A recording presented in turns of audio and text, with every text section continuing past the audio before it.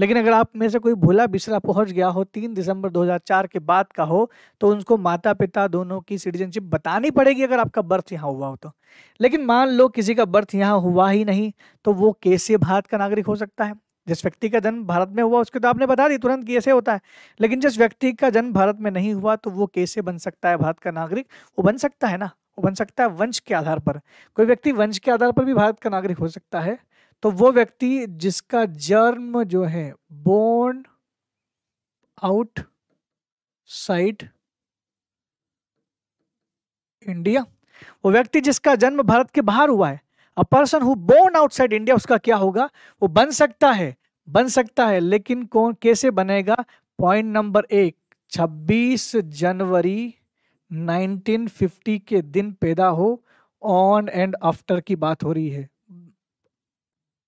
दिन के बाद पैदा हो। लेकिन एक और टाइप लेते तो बट बिफोर, ये लाइन याद रखना, बट बिफोर किस दिन से पहले पैदा हुआ हो। ये भी लिख देता हूं 10 दिसंबर 1992 से पहले पैदा हो।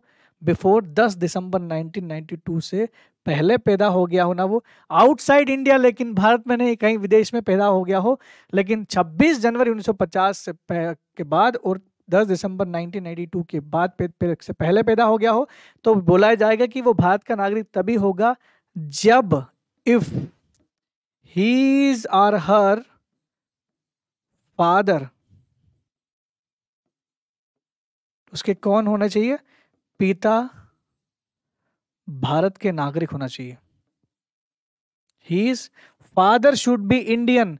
अगर उसके पिताजी भारत के नागरिक थे उस समय जब उसका जन्म हुआ, when he during his birth, his father should B क्या होना चाहिए? Citizen of India. भले ही भारत बाहर काम कर रहे हो, बहुत सारे लोग रहते हैं ना सॉफ्टवेयर इंजीनियर, बहुत सारे जो पैकेज लेकर के चले गए अमेरिका में गए, अमेरिका में उनके बेटे पैदा हुए, लेकिन वो तो इंडियन है ना, एनआरआई है वो तो।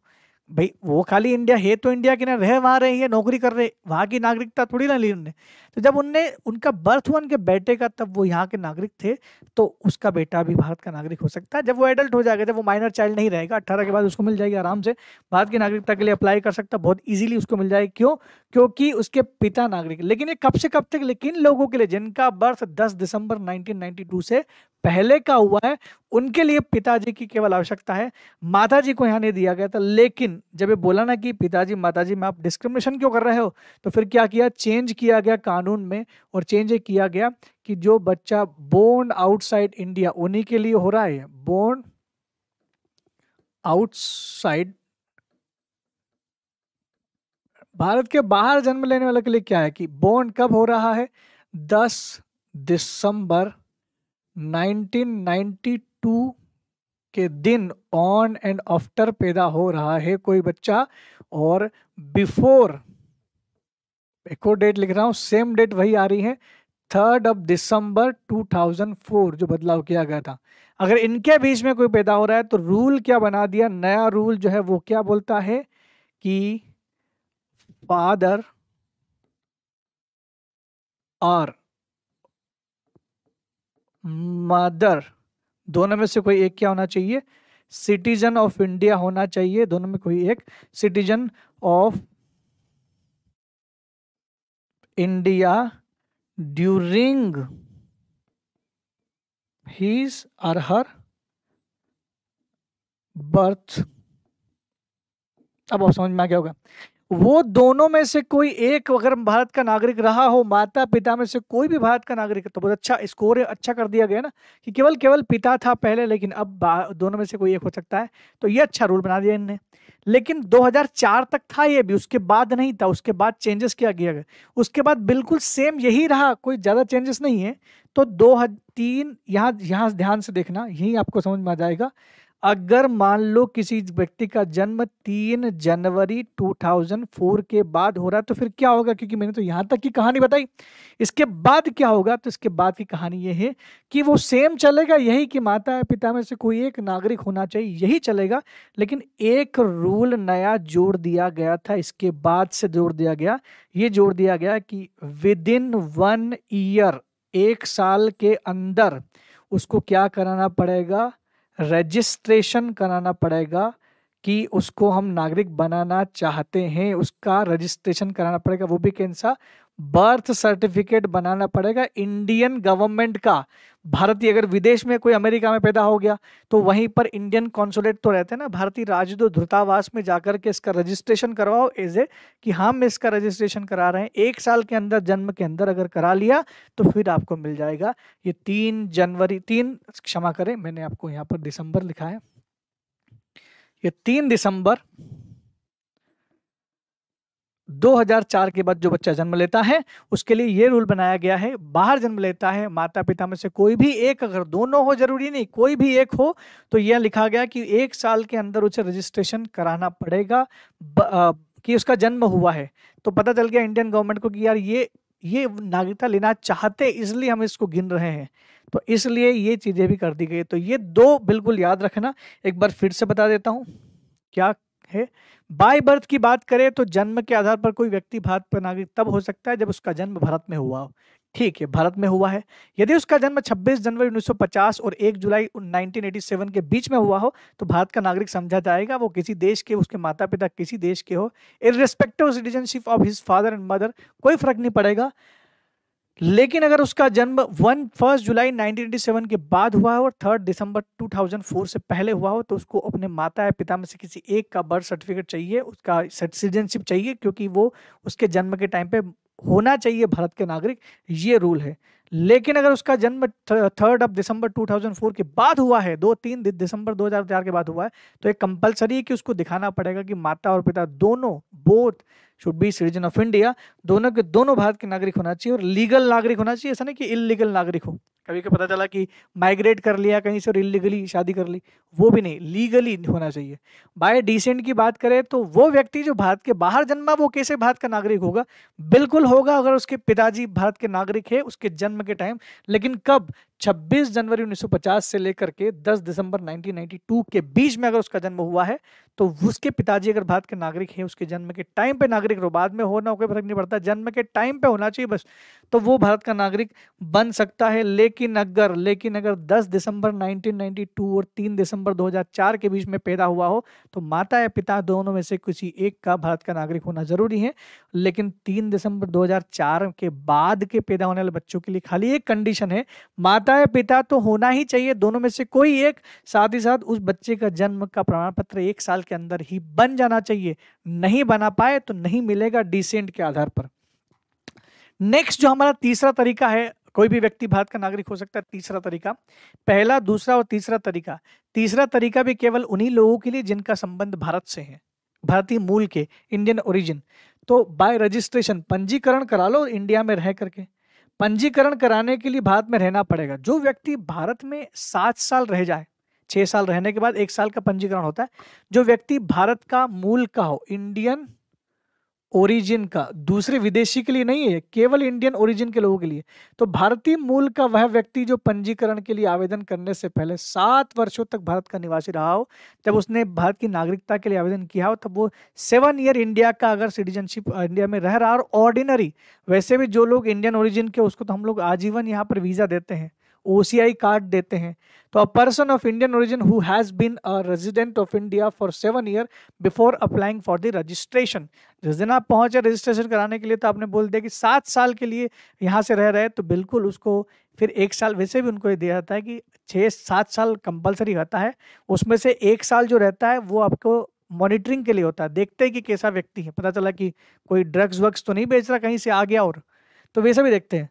और या फिर दूसरा तरीका है, आप कोई भारत के बाहर का व्यक्ति जो है वो भारत के व्यक्ति से शादी कर ले, कोई भी विदेशी नागरिक, a person who is married to an Indian citizen and ordinary resident for 7 year before applying registration. जैसे मान लो किसी के दादा दादी माता पिता कोई इंडियन ओरिजिन का नहीं है, मान लो वो, तो भी वो भारत का नागरिक कैसे हो सकता है रजिस्ट्रेशन से? वो तब भी हो सकता है यदि वो इंडिया के नागरिक से शादी कर ले, तब उसके बाद इंडिया में 7 साल रहने के बाद भी वो रजिस्ट्रेशन के लिए अप्लाई कर सकता है और वो भारत का नागरिक हो सकता है। तो भारत के व्यक्ति से शादी करने के बाद भी ऐसा किया जा सकता है, ऐसा हो सकता है। पता चला कि जिसने मैरिट किया है, जिसने शादी की है, उसको ऑलरेडी बच्चे थे, तो भी वो बच्चे भी, माइनर चाइल्ड भी इंडिया के सिटीजन हो जाएंगे जब वो बड़े होंगे, ये भी लिखा गया है। तो बड़ा अच्छा एक रजिस्ट्रेशन का तरीका है। लेकिन रजिस्ट्रेशन में कितने साल भाई, 7 साल जो है वो पूरा कंपलसरी रखा गया। 6 साल रहो, 1 साल का रजिस्ट्रेशन रहता है उसमें, और फिर आप अप्लाई कर दो नागरिकता के लिए, मिल जाएगी आपको नागरिकता। बाय नेचुरलाइजेशन, प्राकृतिकरण के आधार पर। प्राकृतिकरण के आधार पर मतलब भाई प्रकृति ये बोलती है कि प्राकृतिक रूल है ये तो, कि जे फॉर एग्जाम्पल से समझोगे ज्यादा अच्छे समझ में आएगा। जो मेरी शादी में नहीं आया था मैं उसकी शादी में नहीं जाऊंगा, या जिसने मुझे शादी में नहीं बुलाया मैं उसको अपनी शादी में नहीं बुलाऊंगा। मतलब जो देश मेरे देश के नागरिकों को एज ए सिटीजनशिप नहीं प्रोवाइड करता, मैं उस देश के नागरिकों को क्यों सिटीजनशिप दूंगा। तो भारत कभी भी उन देशों के नागरिकों को सिटीजनशिप नहीं प्रोवाइड करता जिन देशों में इंडियंस लोगों को सिटीजनशिप नहीं दी जाती। फॉर एग्जांपल मान लो कतर है। कतर एक ऐसा देश है जो किसी देश के नागरिक को नॉर्मली सिटीजनशिप नहीं देता है। तो मान लो कतर में लिखा ही नहीं कि किसी देश का नागरिक यहाँ के रहेगा, तो हम कतर वाले को यहाँ भी नहीं देंगे। तो मतलब जैसे कि था तैसा वाला काम है कि अगर कोई व्यक्ति हमारे देश के नागरिकों को सिटीजनशिप एक्सेप्ट कर रहा है तो हम उस देश के नागरिकों को यहाँ एज ए सिटीजन यहाँ पर एक्सेप्ट कर सकते हैं, नहीं तो फिर घूमने आओ, टूरिस्ट बन के आओ। लेकिन अगर कोई मान लो फॉरेनर व्यक्ति है, कोई विदेशी व्यक्ति के लिए है ये, जो व्यक्ति और इंडियन ओरिजिन का नहीं है, कोई भी फॉरेनर व्यक्ति, कोई भी व्यक्ति जो इंडिया का कहीं से जुड़ाव नहीं रखता हो, तो कोई भी फॉरेनर व्यक्ति भी इंडिया का सिटीजन हो सकता है। कैसे? यदि वह भारत में 12 साल रहे तो। 12 ईयर के रेसिडेंट, ऑर्डिनरी रेसिडेंट 12 साल भारत में रहने के बाद अपना वीजा रिन्यू करा सकता है। वो 12 साल भारत में रहने के बाद वो इंडिया का सिटीजन के लिए एप्लीकेबल हो सकता है, वो एलिजिबल हो सकता है, एप्लीकेशन दे सकता है। तो वो एलिजिबिलिटी कब आ रही है? जब वो 12 ईयर के लिए रह रहा है, उसमें भी 11 साल रहना और 1 साल का रजिस्ट्रेशन होता है। 1 साल का तो आपको ऑब्जर्व में रखते हैं वो। तो 12 साल का अगर आपका यहाँ पर ऑर्डिनरी रेसिडेंट है और आप इंडिया से बिलोंग ही नहीं करते, इंडिया से कोई वास्ता ही नहीं है, न माता पिता, दादा दादी, नाना नानी, कोई भी मैटरनल पैटर्नल कोई भी ब्लड रिलेशन आपका इंडिया से नहीं है, फिर भी आप इंडिया के नागरिक हो सकते हैं। केवल एक यहाँ पर रीजन है, वो है कि आपको 12 साल ऑर्डिनरी रेसिडेंट रहना पड़ेगा। दूसरा कारण यह है कि हम केवल उन्हीं देशों को देते हैं जिन देशों जो देश हमारे लोगों को नागरिकता देते हैं। ये तो बहुत सिंपल सा कॉन्सेप्ट समझ में आ गया आपको। इसमें एक और चीज है, वो उस आदमी को एक चीज आना चाहिए। इंडिया का स्केड्यूल है, हम लोग पढ़ेंगे स्केड्यूल के बाद, पढ़ लिया मेरे ख्याल से हम लोगों ने उसको। और वो स्केड्यूल कौन सा है? वो स्केड्यूल है 8वीं अनुसूची। अनुसूची नंबर 8 याद है आपको क्या है? अनुसूची नंबर 8 में मैंने बताया था कि इसमें टोटल, अनुसूची नंबर 8 में मैंने बताया था कि इसमें टोटल 22 भाषाएं, 22 लैंग्वेजेस है इसमें। तो ये 22 भाषाओं में से किसी एक लैंग्वेज का इसको प्रॉपर नॉलेज होना चाहिए। अगर एक भाषा का ज्ञान है उस व्यक्ति को तो भी इसको कंसिडर किया जाएगा। एक भाषा तो आनी चाहिए, उसमें इंग्लिश तो है ही नहीं, तो भारत की कोई भी भाषा आनी चाहिए। भारत का सम्मान होना चाहिए, राष्ट्रगान, राष्ट्र, सबका सम्मान करने वाला व्यक्ति होना चाहिए वो, तभी उसको हम नेचुरलाइजेशन की वजह से भारत का नागरिक कंसिडर करेंगे। तो अगर आपसे कोई पूछे कि क्या कोई विदेशी नागरिक भारत का हो सकता है, तो बिल्कुल हो सकता है। ये तरीका है विदेशी के यहाँ नागरिकता पाने का, है ना। नॉर्मली हम लोग पाकिस्तान, अफगानिस्तान को नहीं देते नागरिकता। बाय इनकॉर्पोरेशन ऑफ टेरिटरीज, क्षेत्र के समावेश के आधार पर, ये लास्ट पॉइंट है हमारा कि बाय इनकॉर्पोरेशन ऑफ टेरिटरी, क्षेत्र के समावेशन के आधार पर। मतलब क्या हो रहा है? मतलब सीधा सीधा है कि मान लो फॉर एग्जांपल हमने पढ़ा है कि सिक्किम जो है, सिक्किम पहले कंट्री हुआ करता था, इंडिपेंडेंट स्टेट था पहले। इसको 1975 में हम लोगों ने क्या कर लिया? जोड़ लिया, ऐड कर लिया हमारे पास। तो क्या जो सिक्किम में रहने वाले जो लोग होंगे उनका क्या होगा? पीपल्स ऑफ सिक्किम का क्या होगा? दे ऑटोमेटिकली बिकम्स, क्या बन जाएंगे? सिटीजन ऑफ इंडिया हो जाएंगे। वो सिटीजन ऑफ इंडिया बन जाएंगे।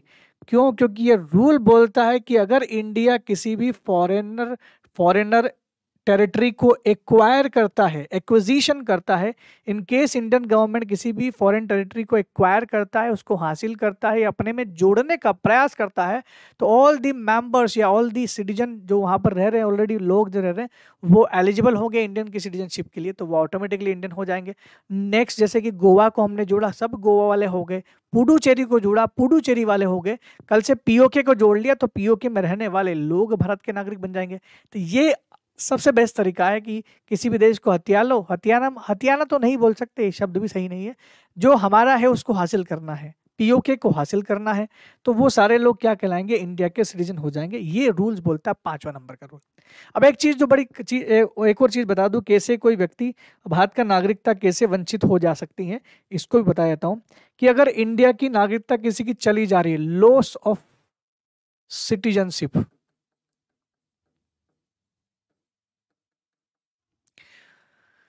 नागरिकता की समाप्ति कैसे होती है, खत्म कैसे हो जाती है, तो पहला पॉइंट बोलता है बाय रिनंसिएशन। रिनंसिएशन मतलब स्वैच्छिक त्याग, स्वैच्छिक त्याग मतलब यह है, स्वैच्छिक त्याग का मतलब होता है यदि कोई व्यक्ति स्वेच्छा से नागरिकता त्याग दे, कोई स्वेच्छा से होशो हवास में, पागल नहीं होना चाहिए वो, होशो हवास में लिख के दे दे कि मैं नागरिकता रिफ्यूज कर रहा हूं, छोड़ रहा हूं, खुद से अनाउंस कर दे, तो ऐसे में उसकी नागरिकता खत्म हो जाएगी। दूसरा पॉइंट बोलता है बाय टर्मिनेशन, बाय टर्मिनेशन मतलब, टर्मिनेशन का मतलब होता है समाप्ति के द्वारा, समाप्ति, ये समाप्ति कैसे करेंगे, बाय टर्मिनेशन मतलब ये कि यदि कोई व्यक्ति भारत का नागरिक होते हुए किसी दूसरे देश की नागरिकता ग्रहण कर ले, तो भारत की नागरिकता तो गई ना। यदि कोई व्यक्ति भारत का नागरिक होते हुए दूसरे देश की नागरिकता ग्रहण कर लेता है और भारत की नागरिकता नहीं छोड़ता है, तो इंडियन गवर्नमेंट को पावर है कि उसकी नागरिकता क्या कर सकती है, टर्मिनेट कर सकती है, समाप्त कर सकती है। तो आप ऐसा करोगे तो बिल्कुल होगा। तीसरा पॉइंट बोलता है बाय डेप्रीविएशन, बाय डेप्रीविएशन। डेप्रीवेशन का मतलब होता है वंचित कर देना, वंचित मतलब छीन लेना, वंचित कर देना। अगर मान लो कोई व्यक्ति इंडिया का नागरिक बन भी गया, जो वेज बताया मैंने ना आपको 5 तरीके, उससे कोई व्यक्ति भारत का नागरिक बन जाता है, लेकिन भारत का नागरिक बनने के बाद बहुत सारी कंडीशंस, ऐसा नहीं कि बनने के बाद मर्जी जो करो, 5 साल तक ऑब्जर्वेशन में रखा जाएगा। यदि भारत का नागरिक बनने के बाद 5 साल के अंदर उसने ऐसा कोई क्राइम किया जिसमें 2 साल की सजा हो गई उसको, तो उसकी नागरिकता समाप्त कर दी जाएगी। यानी अगर कोई व्यक्ति नागरिक बनने के बाद भारत में क्रिमिनल कोई प्रैक्टिस करेगा तो उसको हटा दिया जाएगा, ये बोलता है तीसरा पॉइंट। या फिर नेक्स्ट पॉइंट ये कि यदि कोई व्यक्ति भारत के विरोधी, कोई दुश्मन देश से, किसी टेररिस्ट ऑर्गेनाइजेशन से अगर इनका कोई कनेक्शन है तो भी उसे हटाया जा सकता है, ये भी इसमें लिखा गया है। या ये भी कह सकते हैं कि यदि कोई व्यक्ति भारत में इलीगली एंट्रेंस किया हो, इलीगली इमिग्रेंट हो, कोई मान लो गलत तरीके से आ गया और गलत तरीके से भारत की नागरिकता ले ली और भारत सरकार को पता चल गया, तो भारत सरकार क्या कर सकती है, उसकी सिटीजनशिप को बाय डेप्रीविएशन वंचित कर सकते हैं उसको वापस, और उसको वापस उसको डिपोर्ट कर देंगे उसी देश जहां का वो रहने वाला हो। अब एक छोटी सी समझा देता हूँ, बहुत काम की चीज है ये, आप बार बार सुन रहे होंगे एनआरसी, एनआरसी क्या है, नेशनल रजिस्ट्रेशन ऑफ सिटीजन क्या है। नेशनल रजिस्ट्रेशन ऑफ सिटीजन का मतलब होता है, पहले तो मैं आपको बता दूं, हर 10 साल में हम लोग क्या करते हैं, NRP, national registration of population, हर 10 साल में होता है। मतलब रजिस्टर करते हैं देश की पॉपुलेशन को, ठीक है। पॉपुलेशन की बजाय आपको किसको रजिस्ट्रेशन करना, अब आपको गिनना पॉपुलेशन को नहीं, सिटीजन को गिनना है, कौन सिटीजन है देश का। जनसंख्या तो देश के समझ में आ गई, लेकिन सिटीजन कितने हैं देश में, ये जानने के लिए एनआरसी कराना पड़ता है, हर 10 साल में होना चाहिए।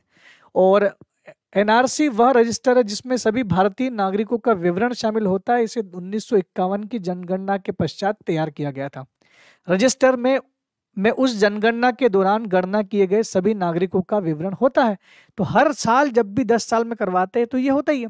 और ये भी लिखा है कि भारत में एनआरसी केवल असम में ही लागू की गई है, भारत में किसी राज्य में लागू नहीं। ये क्वेश्चन आ सकता है कि भारत में एनआरसी कहाँ लागू की, केवल असम में लागू की गई थी, जिसमें केवल उन्हीं भारतीयों के नाम शामिल किए गए थे जो 25 मार्च 1970 से पहले, 71 से पहले असम में रह रहे थे। इसी को बोलते हैं असम एकॉर्ड।